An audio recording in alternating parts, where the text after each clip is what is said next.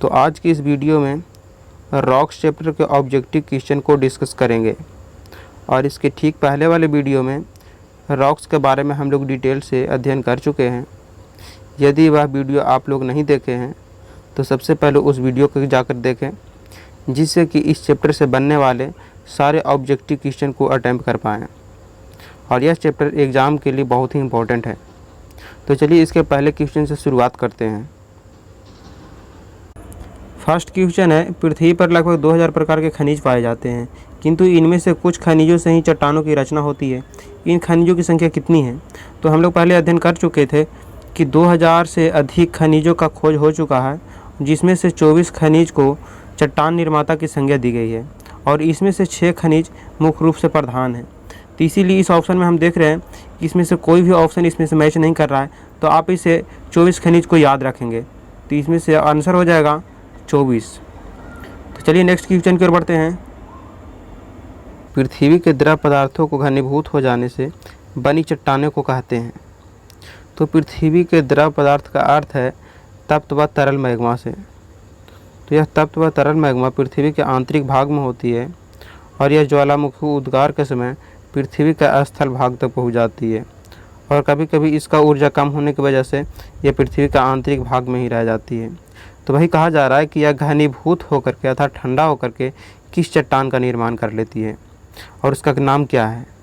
तो यह जो चट्टान का निर्माण कर लेती है मैग्मा द्वारा और यह ठंडा होकर के लावा के रूप में जम जाती है, तो इस प्रकार के चट्टान को आग्नेय चट्टान कहा जाता है। आग्नेय चट्टान कहा जाता है और इसे प्राथमिक चट्टान भी कहा जाता है, क्योंकि सबसे पहले इसी चट्टान का निर्माण हुआ है और इसके चट्टान के द्वारा अवसादी चट्टान और रूपांतरित चट्टान का भी निर्माण होता है। तो option number A right answer हो जाएगा कि जो आग्नेय चट्टान है इसे सबसे पहले इसी चट्टान का निर्माण हुआ है। किसके द्वारा? मैग्मा का ठंडा होने से जब लावा के रूप में ठंडा हो जाती है तो धीरे धीरे यह चट्टान का रूप ले लेती है। तो यह क्लियर हो गया होगा। तो चलिए इसके नेक्स्ट क्वेश्चन की ओर बढ़ते हैं। निम्नलिखित में से किसे प्राथमिक चट्टानों की श्रेणी में रखा जाता है? जैसे कि हम लोग सेकंड क्वेश्चन को पढ़ें तो उसमें आग्नेय चट्टान को प्राथमिक चट्टान कहा गया, क्योंकि सबसे पहले आग्नेय चट्टान का ही निर्माण हुआ। किसके द्वारा?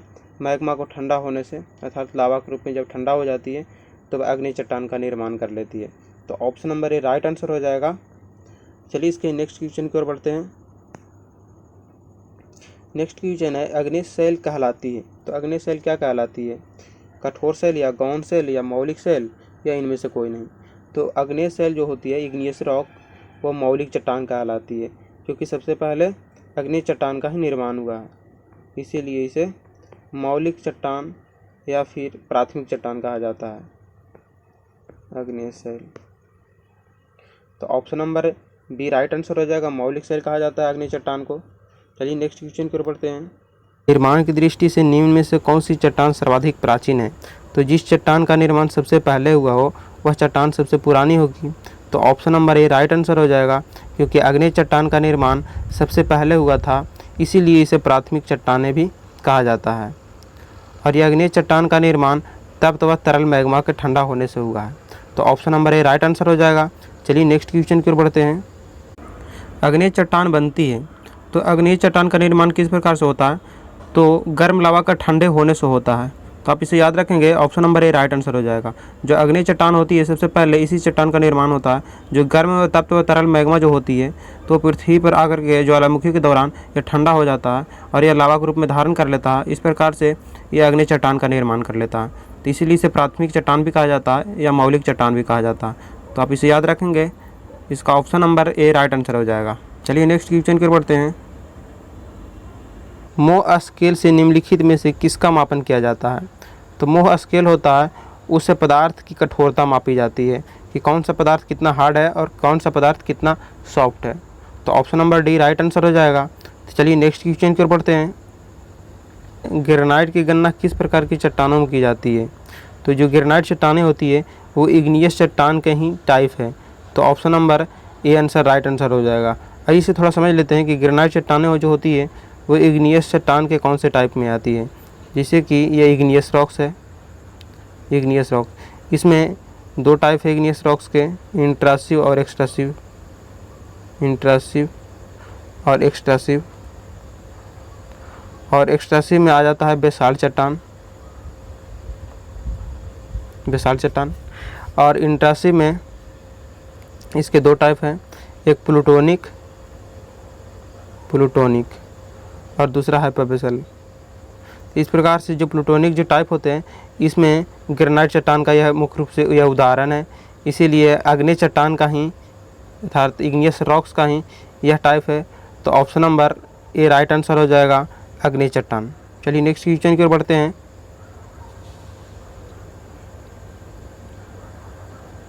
अग्नि चट्टान के संबंध में निम्नलिखित में से कौन सा कथन असत्य है?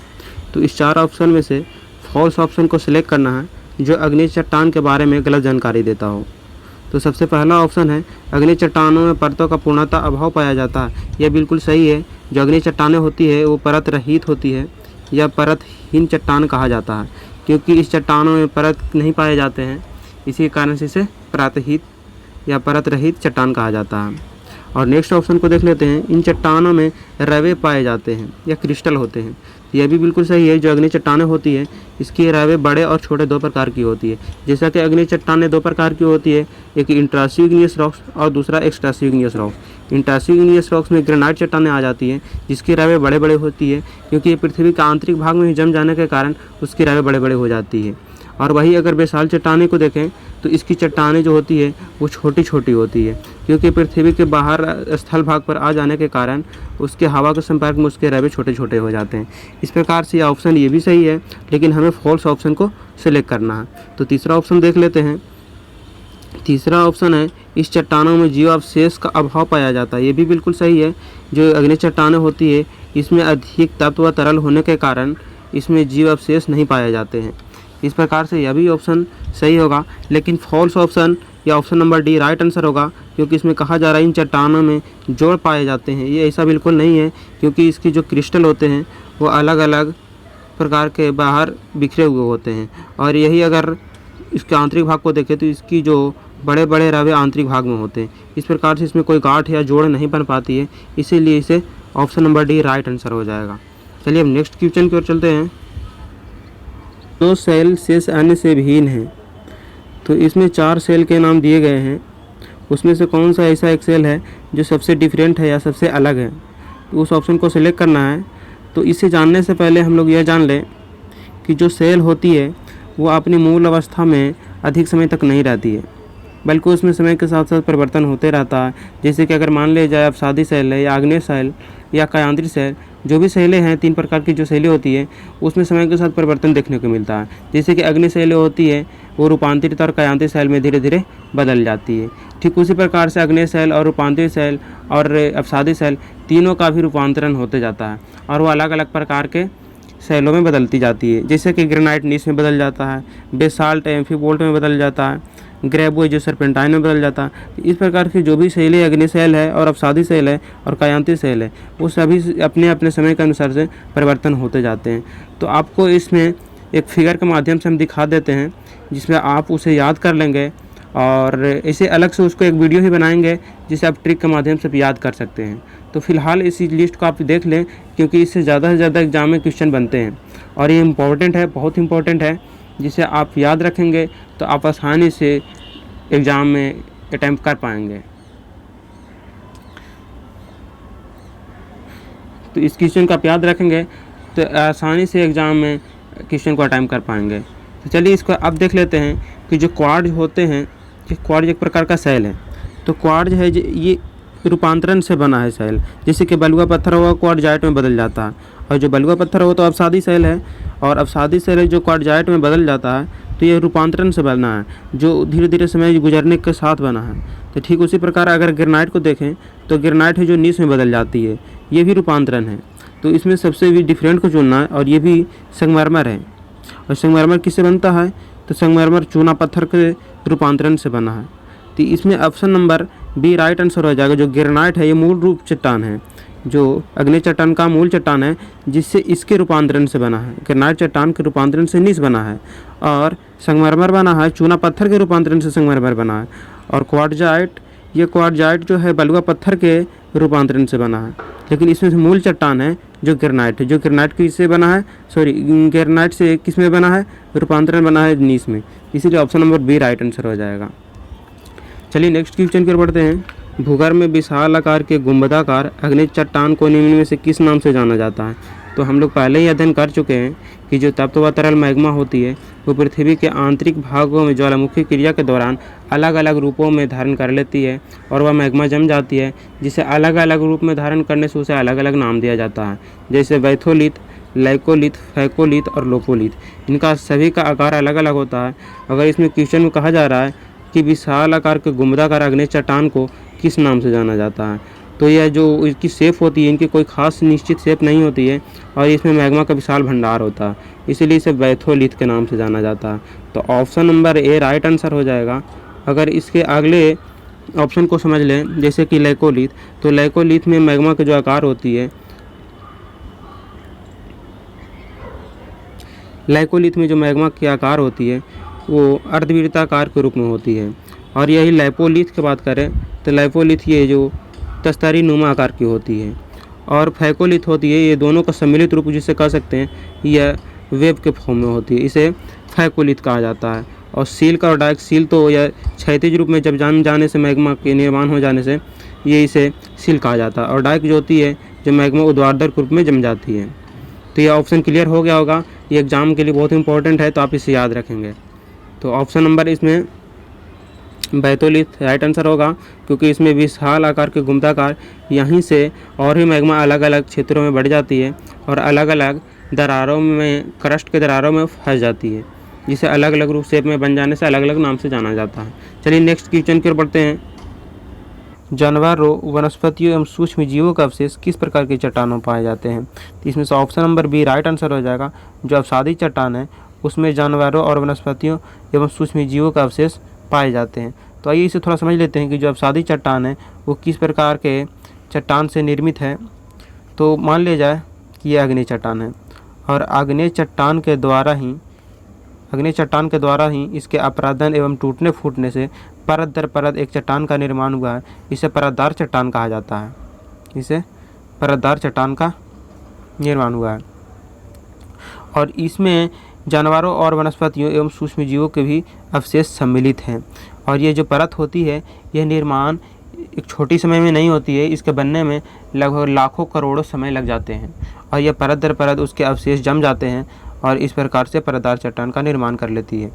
और इस परतदार चट्टान में जैसे कि खनिज, नेचुरल गैस, कोयला और डीजल आदि भी पाए जाते हैं।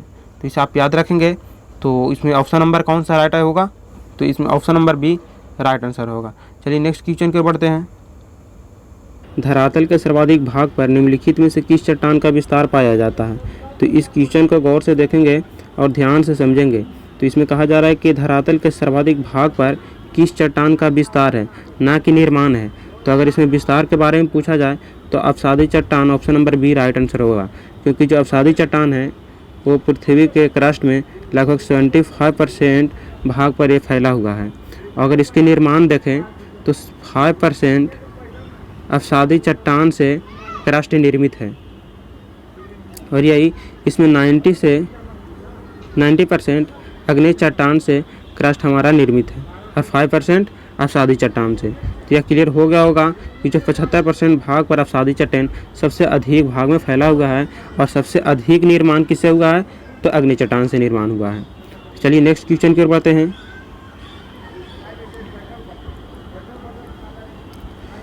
भूपृष्ठ का कितना प्रतिशत भाग अवसादी शैलों से ढका हुआ है। तो 75% है जो अवसादी शैल से ढका हुआ या फैला हुआ है, ठीक है। और निर्माण में कितना है, तो 5% अवसादी शैल उसका निर्माण में सहायक है। और नेक्स्ट क्वेश्चन है, तो इसमें option number A right answer हो जाएगा। भूपृष्ठ की बनावट में अवसादी शैलों का योगदान कितना है।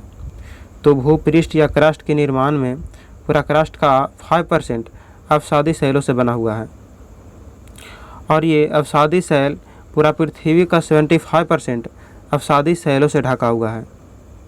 इस प्रकार से हम कह सकते हैं कि ये जो अवसादी शैलें हैं वो पृथ्वी के क्रस्ट पर यह अधिक क्षेत्र में और यह कम मात्रा में फैली हुई है। इस प्रकार से option number A right answer हो जाएगा 15 का। चलिए नेक्स्ट क्वेश्चन की ओर बढ़ते हैं।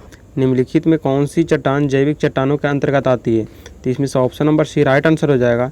जो कोयला एक जैविक चट्टान है, क्योंकि इसका जो निर्माण हुआ है वो वनस्पति और सूक्ष्म जीवों के पृथ्वी के आंतरिक भागों में अधिक लंबे समय तक दब जाने के कारण से हुआ है, इसलिए इसे कोयला को जैविक चट्टान कहा जाता है।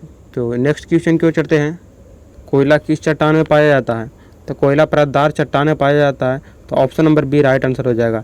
जो परतदार चट्टानें होती है वो पृथ्वी पर उपस्थित जैसे वनस्पति और उसके जीव के अवशेषों के द्वारा निर्माण हुआ है, इसलिए इसे परत दर परत जमती जाती है और परतदार चट्टान का निर्माण कर लेती है। और इसे हम लोग पहले ही पढ़ चुके हैं कि इसका जो निर्माण होता है इसके लाखों करोड़ वर्ष लग जाते हैं, तब यह परतदार चट्टान का निर्माण होता है। तो परतदार चट्टान में कोयला पाया जाता है और जैसे कि केरोसिन तेल और डीजल आदि भी पाए जाते हैं। तो option number B right answer हो जाएगा। चलिए नेक्स्ट क्वेश्चन की ओर बढ़ते हैं। पेट्रोलियम या खनिज तेल किन चट्टानों में पाया जाता है? तो पेट्रोलियम या खनिज तेल प्राचीन संस्कृत चट्टानों में पाया जाता है और संस्कृत का अर्थ होता है अवसादी चट्टान। तो यह नवीन अवसादी चट्टानों में नहीं पाया जाता, क्योंकि इसे बनने में अधिक समय लगा, इसीलिए प्राचीन संस्कृत चट्टानों में पाया जाता है। तो आप इसे याद रखेंगे, संस्कृत का अर्थ होता है अवसादी चट्टान। तो option number C right answer हो जाएगा। चलिए नेक्स्ट क्वेश्चन की ओर बढ़ते हैं। निम्नलिखित में से कौन सी परतदार चट्टान नहीं है? तो इस 4 ऑप्शन में से ए और बी और सी तीनों चट्टानें वो परतदार चट्टान है। और ये जो क्वार्टजाइट है ये बलुका पत्थर का रूपांतरण चट्टान है, इसीलिए option number D right answer हो जाएगा। यह परतदार चट्टान के श्रेणी में नहीं है, क्योंकि यह परतदार चट्टान का ही यह रूपांतरण चट्टान है। और ये अगर चूना पत्थर के रूपांतरण चट्टान को देखें तो यह संगमरमर होगा, संगमरमर। और ये सेल का रूपांतरण चट्टान स्लेट होगा। तो आप इसे याद रखेंगे, अगर इस ऑप्शन में संगमरमर हो या स्लेट हो या क्वार्टजाइट हो, अगर तीनों में से कोई हो तो आंसर हो जाता। तो इसलिए इस ऑप्शन में ऑप्शन नंबर डी क्वार्टजाइट होगा, क्योंकि क्वार्टजाइट इसमें ऑप्शन दिया गया है। चलिए नेक्स्ट क्वेश्चन की ओर बढ़ते हैं। निम्नलिखित में से कौन सी परतदार चट्टान नहीं है? तो इसमें से पहला है जिप्सम, दूसरा है कोंग्लोमरेट, तीसरा है डोलोमाइट। ये तीनों जो ऑप्शन है ये परतदार चट्टान का ही उदाहरण है। और ये जो स्लेट है ये भी परतदार चट्टान का ही रूपांतरण चट्टान है, जिससे कि यह सेल के रूपांतरण से बना है। तो इसीलिए option number D right answer हो जाएगा, क्योंकि यह सेल के रूपांतरण चट्टान है, ना कि यह परतदार चट्टान है। तो इसीलिए अगर इसके सभी को रूपांतरण चट्टान को देखना चाहते हैं तो इसके पहले वाले वीडियो आप देखिए, उसमें बहुत अच्छे से बता दिया गया है। तो यहीं पे ये वीडियो समाप्त करते हैं, तो फिर मिलते हैं एक नए वीडियो के साथ में। तो आप इस अगर वीडियो अच्छा लगा हो तो लाइक कर दीजिए।